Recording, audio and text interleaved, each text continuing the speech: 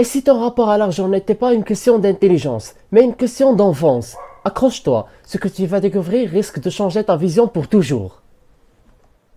L'argent comme émotion héritée. Quand tu étais enfant, tu n'avais pas de carte bancaire, pas de salaire, mais tu observais. Tu observais ton père stressé en fin de mois. Tu entendais ta mère dire « l'argent ne pousse pas sur les arbres ». Ces phrases, ces attitudes, ces silences ont formé ton subconscient financier. Tu crois gérer ton argent avec logique, et si c'était ton enfant intérieur qui prenait toutes les décisions?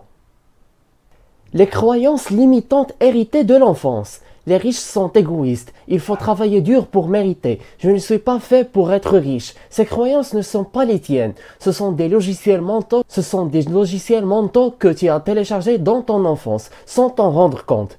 Et le pire, ces croyances guident chaque achat, chaque peur, chaque opportunité que tu laisses passer. Le modèle parental et les extrêmes. Si tu as grandi dans un foyer où l'argent était source de conflit, tu peux développer une peur constante de manquer.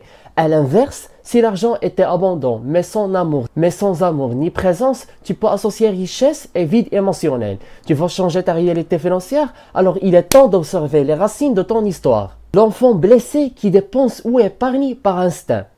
Certains dépensent compulsivement pour combler un vide, d'autres épargnent de manière obsessionnelle, par peur du lendemain. Dans les deux cas, ce n'est pas une stratégie financière, c'est une réponse émotionnelle non traitée. Ce que tu ressens à propos de l'argent est plus puissant que ce que tu sais.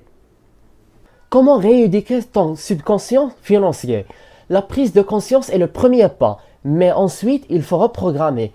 Lire les livres puissants, fréquenter des personnes avec une mentalité d'abondance, travailler sur l'estime de soi, apprendre à dire « je mérite plus ». Tu ne peux pas construire une vie d'abondance avec des fondations de peur et de honte. L'enfant en toi a besoin de sécurité, pas de luxe. Beaucoup pensent qu'ils veulent devenir riches pour avoir des voitures de luxe, des villas ou des montres en or. Mais en réalité, ce qu'ils cherchent, c'est la sécurité qu'ils n'ont jamais eue dans leur enfance. Ce n'est pas le luxe qui apaise, c'est la paix intérieure. Cette paix commence le jour où tu comprends que ta valeur ne dépend pas de ton compte en banque. Tu ne cherches peut-être pas de l'argent, tu cherches peut-être à guérir. En guise de conclusion, tu n'es pas bloqué. Tu es juste conditionné. Ton passé explique, mais il ne justifie pas ton futur. Aujourd'hui, tu peux choisir de désinstaller les anciens schémas et d'installer une nouvelle version de toi-même, une version libre, confiante et prospère. Alors, tu continues à suivre les scripts de ton enfance ou tu réécris ton propre chapitre financier? Et je m'interroge, comment es-tu intéressé à ce contenu sans que tu watches les vidéos précédentes dont on parle de la liberté financière, de la finance systémique et de la psychologie moderne? Watch le playlist. C'est un héritage. À très bientôt.